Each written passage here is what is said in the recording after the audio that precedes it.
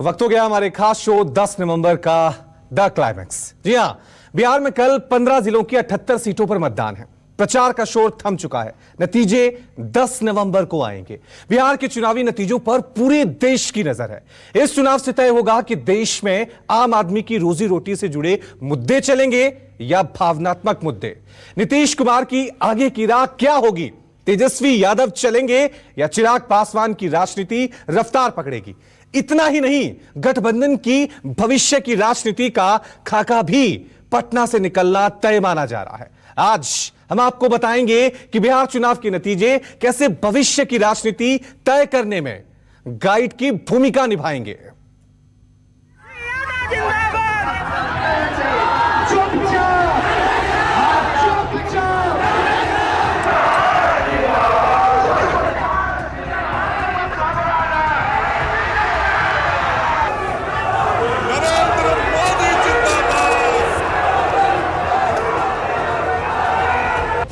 10 नवंबर 2020।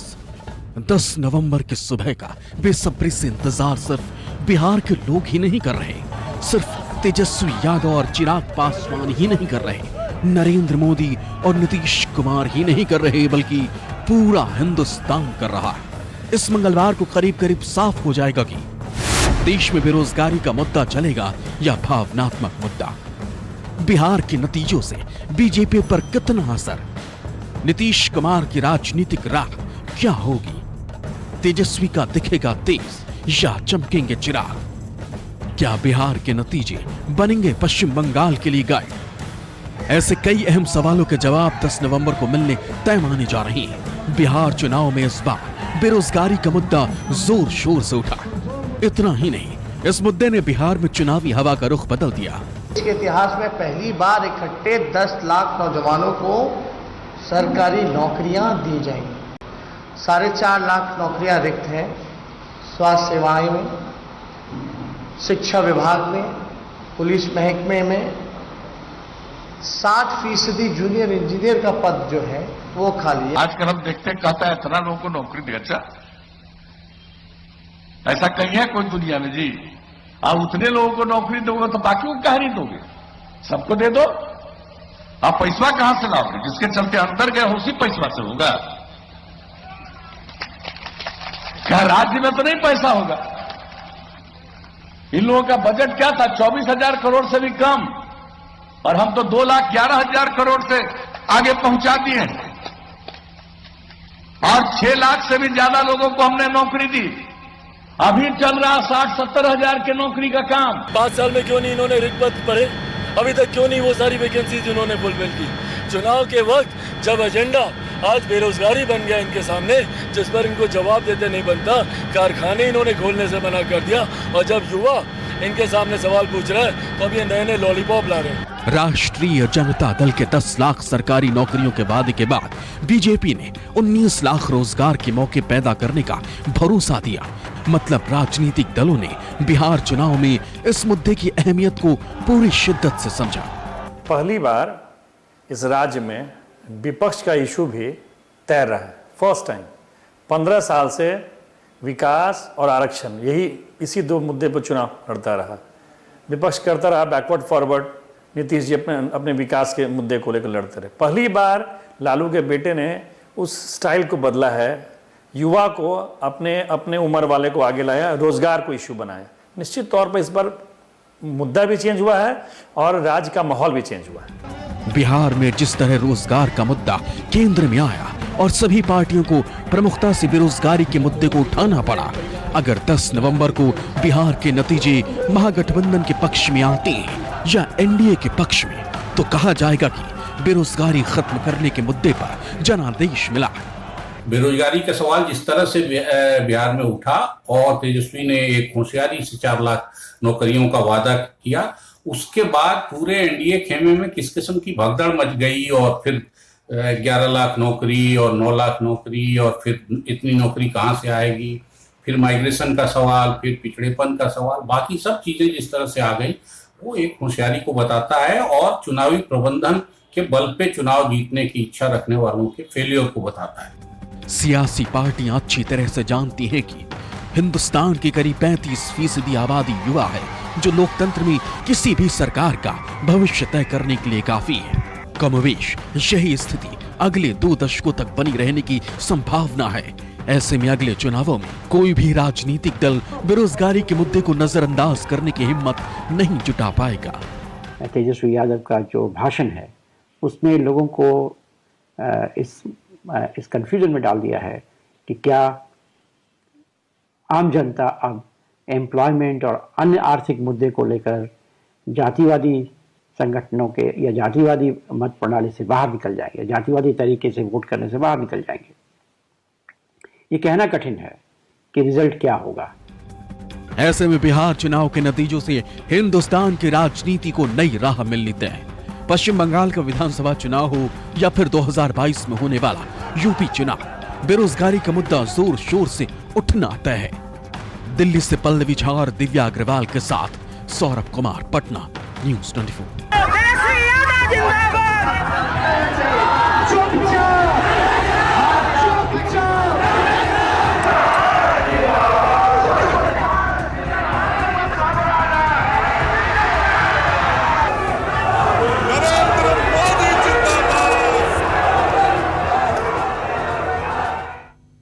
बिहार के मुख्यमंत्री नीतीश कुमार पूर्णिया की एक चुनावी सभा में ऐलान कर चुके हैं कि ये उनकी आखिरी पारी है।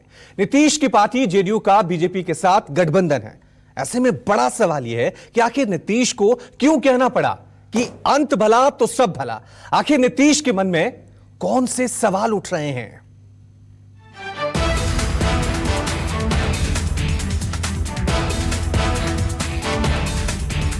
आज चुनाव का आखिरी दिन है, अब परसों चुनाव है और ये मेरा अंतिम चुनाव है। अंत भला तो सब भला। कोई इसे नीतीश कुमार का इमोशनल कार्ड बता रहा है, कोई आखिरी दाव तो कोई उनकी लाचारी। लेकिन नीतीश कुमार बहुत तोल मोल कर बोलने वाले और गंभीर नेता माने जाते हैं। ऐसे में सूबे की सियासी अखाड़े की पार्टियों ने नीतीश कुमार के ऐलान को अपनी अपनी सियासी सहूलियत के हिसाब से देखा। नीतीश कुमार जी का जो बयान देखा, उससे ये एहसास होता है कि हम जो बात पहले से कहते रहे हैं कि नीतीश कुमार जी थक चुके हैं, उनसे बिहार संभल नहीं रहा, वो ज़मीनी हकीकत को पहचान नहीं पाए। और अंत में उन्होंने घोषणा कर दी कि मैं संन्यास ले रहा हूँ। भाई आकर आपको अपनी हार सामने दिख गई, वो एक तरफ है, पर आप बताइए तो कि 15 साल बिहार को जो बर्बाद करने में आपका योगदान रहा, किन किन कारणों से रहा, कुछ तो आप जवाब देके जाते। नीतीश बाबू ने हार स्वीकार कर ही ली। टायर्ड और रिटायर्ड जदयू भाजपा की लीडरशिप ने अब रिटायरमेंट स्वीकार कर ली है। ये एक बड़े बदलाव का सूचक है। नीतीश जी ने लोगों का दिल से सेवा किया है और वो दिल से सबसे वोट मांग रहे हैं और ये बहुत बड़ा दिल है और बिहार नीतीश जी के, नरेंद्र मोदी जी के साथ। सामाजिक न्याय की सियासत के सहारे बिहार के मुख्यमंत्री की कुर्सी तक पहुंचने वाले नीतीश कुमार ने समय के साथ अपनी राह बदलने में कोई हिचक नहीं दिखाई। सत्ता में आने के बाद उन्होंने अपनी छवि सुशासन बाबू और सेकुलर नेता की बनाई। पिछले 15 सालों से बिहार की कमान संभाल रहे नीतीश कुमार शायद सबसे कड़ी परीक्षा से गुजर रहे हैं। तेजस्वी यादव ने पूरा प्रयास किया है कि सामाजिक न्याय से अब आर्थिक न्याय की तरफ चला जाए, जो नारा उन्होंने दिया है। अब सवाल है कि क्या इस नारे को लेकर ये समझा जाए कि आने वाले समय में भारतीय राजनीति की दिशा भी बदलने वाली है। जो पिछले कई वर्षों से, कई डिकेड से भारतीय राजनीति की दिशा तय होती रही है आइडेंटिटी पॉलिटिक्स से, अस्मिता की राजनीतियों से। तो क्या हम अस्मिता की राजनीति से निकलकर अब आर्थिक मुद्दों पर आने वाले हैं? जानकारों के मुताबिक नीतीश कुमार को जो बातें सबसे ज्यादा परेशान किए हुए हैं, उनमें पहली तेजस्वी यादव की रैलियों में जमा भीड़, दूसरी चिराग पासवान का ताबड़तोड़ प्रहार, तीसरा चिराग की राजनीति पर पीएम मोदी की चुप्पी, चौथा नरेंद्र मोदी को एनडीए का चेहरा बनाने की कोशिश। हालांकि नीतीश के मन में उठते तूफान को शांत करने के लिए पीएम मोदी उन्हें दरभंगा की रैली में बिहार का भावी मुख्यमंत्री बता चुके हैं। बिहार के मुख्यमंत्री मेरे मित्र भाई नीतीश जी, जो हमारे भावी मुख्यमंत्री के रूप में आपके आशीर्वाद निश्चित मिलने वाले हैं। नीतीश कुमार ये भी अच्छी तरह से जानते हैं कि सियासत में समीकरण बदलते देर नहीं लगती। ऐसे में अगर जेडीयू की सीटें कम हुई तो उनकी मुख्यमंत्री वाली कुर्सी के पाए खिसकने में देर नहीं लगेगी। नीतीश कुमार ने इमोशनल कार्ड जनता के सामने खेला है कि अगर हमने विकास का एक पैमाना दिया, आपको विकास की रेखा हमने खींची, तो एक मौका हमें और दे दीजिए ताकि जो विकास के और जो कुछ काम अधूरे रह गए हैं मैं उसको पूरा दे दूं। बाकी ठीक है, आपको तय करना है कि आप बाद में किनको चुनेंगे नहीं चुनेंगे, लेकिन एक तरह से संकेतों के माध्यम से विकास के अधूरे काम को पूरा करने के लिए एक मौका और मांग रहे हैं। नीतीश कुमार के भविष्य की राजनीति की तस्वीर भी 10 नवंबर को साफ होनी तय मानी जा रही है। बिहार चुनाव के नतीजे बीजेपी के लिए बहुत मायने रखते हैं। अगर बीजेपी का बिहार प्रयोग सफल रहा तो पीएम मोदी के सबका साथ सबका विकास और सबका विश्वास के एजेंडे के साथ भावनात्मक मुद्दों को और धार दी जाएगी। अगले विधानसभा चुनावों में नरेंद्र मोदी के चेहरे को और चमकदार तरीके से रखा जाएगा। गठबंधन की रणनीति पर भी बीजेपी के रणनीतिकार नए सिरे से मंथन कर सकते हैं। जब वो 2 चरण का चुनाव हुआ और जो रोजगार इशू और कई मुद्दे पर विपक्ष लगातार उन पर हमलावर रहा, तो वो आपको पता है कि तीसरा चरण हो रहा है सीमांचल में। वहां पर मुस्लिम के अलावा अति पिछड़ा समुदाय भी बहुत लोग हैं।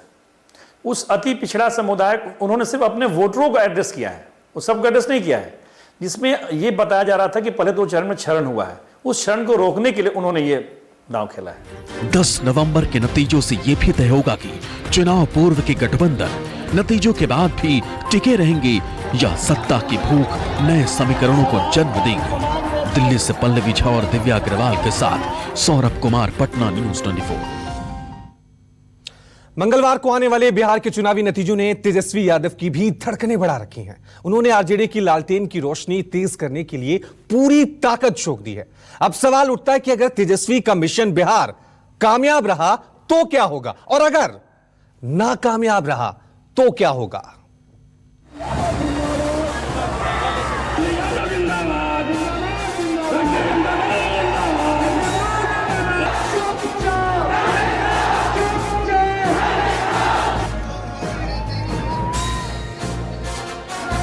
तेजस्वी यादव ने बिहार में लालटेन की रोशनी तेज करने के लिए तूफानी रफ्तार से प्रचार किया। अकेले ही करीब 250 चुनावी सभाओं को संबोधित किया। बीजेपी जेडीयू गठबंधन से मुकाबले के लिए महागठबंधन की छतरी तानी। बेरोजगारी को बड़ा मुद्दा बनाकर उन्होंने विरोधियों को ट्रैक बदलने के लिए मजबूर कर दिया। लेकिन बिहार चुनाव का रिपोर्ट कार्ड बहुत हद तक तेजस्वी यादव का भविष्य तय करेगा। तेजस्वी जी का तो भविष्य क्या, पूरी राजनीति इसी पर टिकी हुई है। अगर वो चुनाव में जीतते हैं तो पूरे देश में एक मैसेज जाएगा कि एक नौजवान चेहरा के तौर पर उन्होंने अपने को स्थापित किया। आरजेडी की जहां तक बात करते हैं तो जीतने के बाद वह आरजेडी जो कभी सामाजिक समीकरणों को साधता था और जनता उन्हें सत्ता सौंपती थी, इस बार पहली बार आरजेडी उन सामाजिक समीकरणों से बाहर निकल करके रोजगार के इशू पर अपने को केंद्रित करने की कोशिश की। अगर महागठबंधन बिहार में चुनाव जीतने में कामयाब हो जाता है तो इससे तेजस्वी के आरजेडी में स्वीकार्यता बढ़ेगी। आरजेडी में वो अच्छी तरह से स्थापित हो जाएंगे और खेमेबाजी पर पूर्ण विराम लग जाएगा। साथ ही उनकी छवि बीजेपी को टक्कर देने वाले एक मजबूत और जुझारू नेता की भी बनेगी। एकता भाईचारा जिंदाबाद, गरीब किसान नौजवान मजदूर जिंदाबाद। वो जीते तब तो बिहार उनको मिलेगा, प्लस मुल्क में विपक्ष की पॉलिटिक्स के वो एक नए स्टार होंगे और उनके इर्द गिर्द काफी भविष्य की चीजें बुनी जाएंगी। खासतौर से आगे की पॉलिटिक्स, मुल्क में गठबंधन पॉलिटिक्स चलना है, क्षेत्रीय दलों की पॉलिटिक्स चलनी है और आरजेडी का इतिहास लगातार इस बात का है कि उसने सेकुलर पॉलिटिक्स में कोई कंप्रोमाइज नहीं किया है। उस मामले में बीएसपी और नीतीश कुमार और बीजू जनता दल, इन सब का इतिहास थोड़ा दागी है। तो तेजस्वी उस हिसाब से एक अपोजिशन की पॉलिटिक्स के स्टार भी होंगे। अगर बिहार में महागठबंधन को कामयाबी नहीं मिलती है तो तेजस्वी के सामने चुनौतियों का पहाड़ होगा। सत्ता से दूर रहते हुए उनके सामने सबसे बड़ी चुनौती अपनी पार्टी को बिखरने से बचाने की होगी। आरजेडी में तेजस्वी के खिलाफ आवाज बुलंद करने वाली ताकतों के हौसले बुलंद हो जाएंगे। साथ ही पार्टी में गुटबाजी का भी बढ़ना तय माना जा रहा है। सबसे ज्यादा महत्व इस चुनाव का है आरजेडी के सुप्रीमो तेजस्वी यादव के लिए। इसके कई कारण हैं। पहला कारण तो ये है कि लालू जी के जाने के बाद ये उनका पहला चुनाव है और जिसमें जैसा लोग जानते हैं कि लालू जी के नाम को पीछे रखने का प्रयास किया गया है। पोस्टरों में उनका फोटोग्राफ नहीं लगाया गया है, कार्यालयों में उनका फोटोग्राफ नहीं लगाया गया है। तो ऐसा लगता है कि लालू जी की जो लिगेसी है उस लिगेसी से केवल उन चीज़ों को लेकर तेजस्वी जी आगे निकलना चाहते हैं जो उनके लिए पॉजिटिव है। जो नेगेटिव है उसे वो छोड़ना चाहते हैं। एनडीए के खिलाफ तेजस्वी ने बड़ी चतुराई से कांग्रेस और लेफ्ट को महागठबंधन की छतरी के नीचे लाया।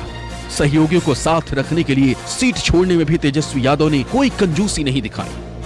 ऐसे में तेजस्वी की अगुवाई वाले महागठबंधन का भविष्य भी बहुत हद तक मंगलवार को आने वाले नतीजों। नमस्कार, मैं हूं मानक गुप्ता। अगर आपको हमारा ये वीडियो पसंद आया हो तो इसे लाइक और शेयर जरूर करें और हाँ, हमें सब्सक्राइब और फॉलो करना ना भूलें ताकि आप देश और दुनिया की कोई खबर मिस ना करें। तो जुड़े रहिए हमारे साथ और देखते रहिए न्यूज़ 24।